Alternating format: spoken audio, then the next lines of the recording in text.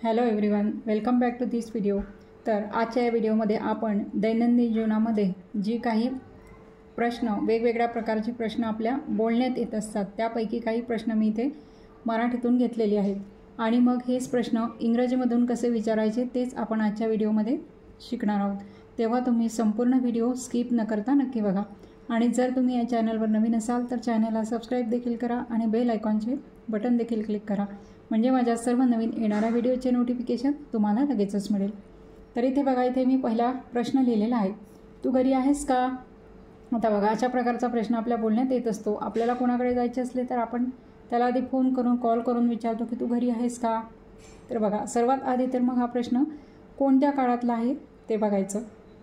आता इथे बघा, इथे क्रियापद काय आहे? आहेस, म्हणजे आहे हे क्रियापद असलं म्हणजे तो वर्तमान काळ असतो, हे मी तुम्हाला सांगितलेलेच आहे। मग इथे बघा, हा जो प्रश्न आहे तो वर्तमान काळातला आहे। त्याचप्रमाणे तू घरी आहेस का, म्हणजेच याचं उत्तर हो किंवा नाही असं येणार आहे।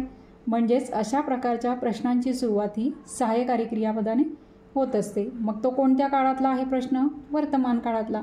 म्हणजेच वर्तमान काळामध्ये जी सहाय्यकारी क्रियापदं असतात त्याने या प्रश्नाची सुरुवात होणार आहे। मग सर्वात आधी आपण आता याचं स्ट्रक्चर लिहिणार आहोत। तर सर्वात आधी तर आपण इथे एम किंवा इज किंवा आरने या प्रश्नाची सुरुवात करणार आहोत। बघा, एम किंवा इज किंवा आर। आता आपण वर्तमान काळामध्ये डू किंवा डजने अशा प्रकारच्या प्रश्नांची सुरुवात करत असतो, परंतु आता इथे कर्त्या एक साधा प्रश्न आहे आणि कर्त्याकडून कोणत्याही प्रकारची क्रिया इथे केली जात नाही आहे, त्यामुळे अशा प्रकारच्या प्रश्नांची सुरुवात आपण कशाने करत असतो? मग एम किंवा इज किंवा आर। आणि त्यानंतर मग आपल्याला घ्यायचा असतो सब्जेक्ट। सब्जेक्ट म्हणजेच काय तर कर्ता, आणि त्यानंतर आपण घेत असतो ऑब्जेक्ट। ऑब्जेक्ट म्हणजेच काय तर कर्म, आणि मग सर्वात शेवटी आपण देत असतो क्वेश्चन मार्क। तर अशा प्रकारे या प्रश्नाची सुरुवात होणार आहे। आता या सहाय्यकारी क्रियापदांपैकी कोणतं क्रियापद वापरायचं एक, तर ते आपण कर्त्यानुसार ठरवत असतो। सब्जेक्ट म्हणजेच कर्ता कोणता आहे? तू। मग तूसाठी आपण इंग्रजीमध्ये यू वापरतो, आणि यू नंतर मग कोणते सहाय्यकारी क्रियापद वापरतो? यू नंतर आर, यू आर असं आपण म्हणत असतो। म्हणजेच या ज्या प्रश्नाची सुरुवात कशाने होणार आहे? आरने होणार आहे। बघा, यापैकी कोणतं सहाय्यकारी क्रियापद वापरायचं ते आपण इथे कर्त्यावरून ठरवलं आणि त्यानुसार आपण या क्रियापदाने प्रश्नाची सुरुवात करणार आहोत। त्यानंतर आपल्याला घ्यायचं आहे सब्जेक्ट। सब्जेक्ट म्हणजेच कर्ता, तो कोणता आहे? तू। मग तूसाठी आपण इंग्रजीत वापरतो यू, आर यू। आता त्यानंतर आपल्याला घ्यायचं आहे ऑब्जेक्ट। ऑब्जेक्ट म्हणजे कोणता आहे इथे? घरी। मग त्यासाठी आपण कोणता शब्द वापरत असतो इंग्रजीमध्ये? होम। म्हणून आपण इथे घेणार आहोत ॲट होम, आणि मग शेवटी द्यायचं आहे क्वेश्चन मार्क। बघा, अशा प्रकारे हा प्रश्न तयार झालेला आहे। Are you at home? तू घरी आहेस का? अशा प्रकारे। आता नेक्स्ट क्वेश्चन बघा, आपण पाणीपुरी खायची का? बघा, हा प्रश्न तर आपल्या बोलण्यात बऱ्याच वेळेला येत असतो। आता सर्वात आधी तर हा प्रश्न कोणत्या काळातला आहे ते बघायचं। आता हा सुद्धा हो किंवा नाही स्वरूपाचाच प्रश्न आहे। पाणीपुरी खायची का, हो किंवा नाही असं याचं उत्तर येईल, म्हणजेच हा हो किंवा नाही स्वरूपाचा प्रश्न आहे।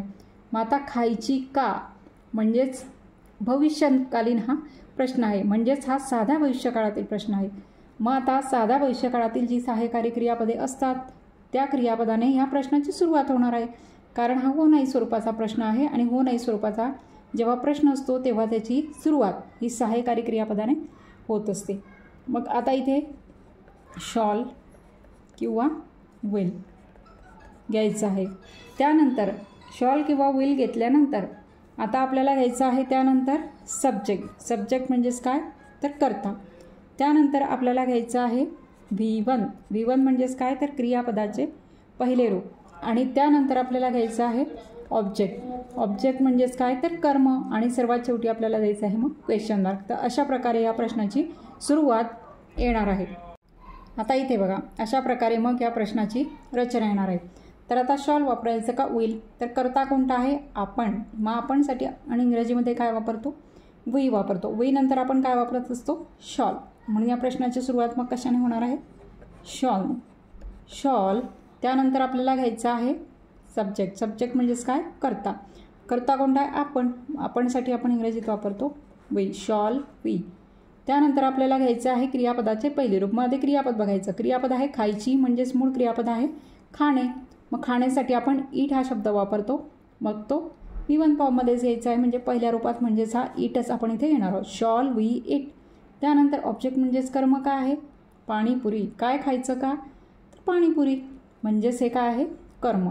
म्हणून आपण इथे काय घेणार आहोत, पाणीपुरी. पाणीपुरीच घेणार आहोत आपण इथे. नंतर द्यायचं आहे क्वेश्चन मार्क. बघा, शॉल वी इट पाणीपुरी. आपण पाणीपुरी खायची का. आता इथे पाणीपुरी ऐवजी इथे दुसरा कोणताही शब्द असला, खाण्याचा पदार्थ असला, तर तो इथे तुम्ही टाकू शकता. शॉल वी इट कचोरी, असं काही जे खाण्याचा पदार्थ असेल तो तुम्ही इथे टाकू शकता. आता नेक्स्ट क्वेश्चन बघा, तुझा अभ्यास झाला आहे का. बघा आता इथे सर्वात आधी तर हा प्रश्न कोणत्या काळातला आहे ते बघायचं. आहे हे क्रियापद आहे, म्हणजेच हा वर्तमान काळातला प्रश्न आहे. आणि झाला आहे का म्हणजे पूर्ण झाला आहे का असं इथे विचारलेलं आहे. म्हणजेच हा जो प्रश्न आहे तो पूर्ण वर्तमान काळातला आहे. म्हणजेच त्याला आपण काय म्हणतो, प्रेझेंट परफेक्ट टेन्समधला हा प्रश्न आहे. आणि तुझा अभ्यास झाला आहे का याचं उत्तर अर्थातच हो किंवा नाही असं येणार आहे. म्हणजेच हा सुद्धा प्रश्न हो किंवा नाही स्वरूपाचा आहे. म्हणजे याची सुरुवातसुद्धा कशाने होईल, सहाय्यकारी क्रियापदाने. आणि ते सुद्धा हा पूर्ण वर्तमान काळ आहे. मग पूर्ण वर्तमान काळामध्ये आपण कोणते क्रियापद वापरत असतो, ह्याव किंवा हॅज. हे सहाय्यकारी क्रियापद आपण वाक्य तयार करताना वापरत असतो. त्यामुळे हा प्रश्न तयार करताना देखील आपण इथे ह्याव किंवा हॅज हे सहाय्यकारी क्रियापदाचा वापर करणार आहोत. ह्याव किंवा हॅज यापैकी योग्य ते क्रियापद कर्त्यानुसार मग तुम्हाला वापरायचं असते. बघा आता, ह्याव किंवा हॅज हे क्रियापद वापरल्यानंतर आपण काय करायचं आहे, काय घ्यायचं आहे, सब्जेक्ट. सब्जेक्ट म्हणजेच काय घेत असतो आपण, कर्ता घेत असतो. त्यानंतर पूर्ण काळामध्ये आपण क्रियापदाचे तिसरे रूप वापरत असतो. आणि सर्वात शेवटी मग आपण घेत असतो ऑब्जेक्ट. ऑब्जेक्ट म्हणजेच काय, त्याला आपण म्हणतो मराठीमध्ये कर्म. आणि सर्वात शेवटी मग द्यायचं आहे प्रश्नचिन्ह. बघा आता, ह्या वापरायचा का हॅज. मग आधी सब्जेक्ट बघायचा. सब्जेक्ट आहे तुझा. मग त्यासाठी आपण काय वापरतो शब्द इंग्रजीमध्ये, यू. तू, तुझा, यू वापरतो. मग यू नंतर आपण काय वापरतो, सहाय्यकारी क्रियापद ह्याव, यू ह्याव असं वापरतो. म्हणून या प्रश्नाची सुरुवात कशाने होणार आहे, ह्यावने. ह्याव. त्यानंतर सब्जेक्ट म्हणजेच कर्ता घ्यायचा आहे तुझ्यासाठी, यू. त्यानंतर क्रियापद. क्रियापद बघायचं, अभ्यास करणे म्हणजे स्टडी हा शब्द इंग्रजीत आपण वापरत असतो. मग आता त्याचं तिसरं रूप आपल्याला इथे घ्यायचं आहे. V3 फॉर्म म्हणजेच काय, क्रियापदाचे तिसरे रूप, वर्ब थर्ड फॉर्म. मग ते घ्यायचं आहे स्टडीड, STUDID. बघा, ऑब्जेक्ट इथे नाही आहे. म्हणजेच हा प्रश्न इंग्रजीमध्ये कसा तयार झाला, याव यू स्टडी. आता एखाद्या वेळेस आपल्याला विचारायचं असलं कोणाला की तुझा अभ्यास झाला आहे का, आता परीक्षा जवळ आली आहे, मग तुझा अभ्यास झाला आहे का, मग ते तुम्ही इंग्रजीत कसं विचारणार, याव यू स्टडी. अशा प्रकारे मग तुम्ही इंग्रजीमध्ये विचारू शकता. त्याचप्रमाणे हा बघा, तुला कोणता विषय आवडतो. बघा आता हा जो प्रश्न आहे तो WH टाईपचा प्रश्न आहे. कारण इथे प्रश्नार्थक शब्द आलेला आहे कोणता. कोणता हा प्रश्नार्थक शब्द इथे आलेला आहे. त्याचप्रमाणे मग हा कोणत्या काळातला प्रश्न आहे, कोणता विषय आवडतो. बघा, हे जे क्रियापद आहे आवडतो, त्याचं शेवटचं जे अक्षर आहे ते आहे तो. मग मी तुम्हाला सांगितलेलं आहे की त, ता, ती, ते, तो अशा प्रकारचे अक्षर जर क्रियापदाचे शेवटचे अक्षर असतील तर तो वर्तमान काळ असतो. म्हणजेच हा वर्तमान काळातला WH टाईपचा प्रश्न आहे. म्हणजेच या प्रश्नाची सुरुवात प्रश्नार्थक शब्दाने होणार आहे. मग आता बघा, आता याची सुरुवात WH वर्डने म्हणजेच प्रश्नार्थक शब्दाने होणार आहे. म्हणून सुरुवात आपल्याला काय घ्यायचं आहे, WH वर्ड. त्यानंतर ते घेतल्यानंतर हा वर्तमान काळातला प्रश्न आहे, त्यामुळे सहाय्यकारी क्रियापद म्हणून आपण डू किंवा डज वापरत असतो. त्यानंतर आपण घेत असतो सब्जेक्ट. सब्जेक्ट म्हणजेच काय, तर कर्ता. त्यानंतर घ्यायचं असते V1 म्हणजेच क्रियापदाचे पहिले रूप. आणि सर्वात शेवटी मग ऑब्जेक्ट आणि शेवटी मग क्वेश्चन मार्क. बघा, अशा प्रकारे या प्रश्नाची मग रचना येणार आहे. WH वर्ड म्हणजे प्रश्नार्थक शब्द. त्यानंतर डू किंवा डज हे कर्त्यानुसार आपण वापरू. त्यानंतर कर्ता. त्यानंतर क्रियापदाचे पहिले रूप. आणि सर्वात शेवटी मग ऑब्जेक्ट म्हणजेच कर्म. आता WH वर्ड प्रश्नार्थक शब्द कोणता आहे, कोणता. मग कोणतासाठी आपण काय कोणता इंग्रजी प्रश्नार्थक शब्द वापरतो, विच.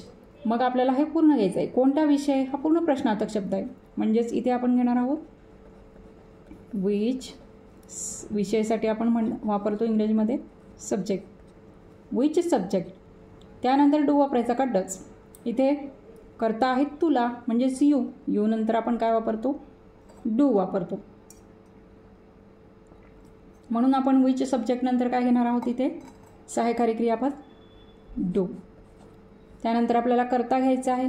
करता आहे तुला, त्यासाठी आपण वापरतो इंग्रजीत you. Which subject do you. त्यानंतर क्रियापद बघायचं. क्रियापदाचे पहिले रूप आपल्याला इथे घ्यायचे आहे. आवडतो म्हणजेच मूळ क्रियापद आवडणे, मग त्यासाठी आपण वापरतो like. Which subject do you like. Object नाही आहे, कर्म नाही आहे, म्हणून शेवटी ते द्यायचं आहे प्रश्नचिन्ह. बघा अशा प्रकारे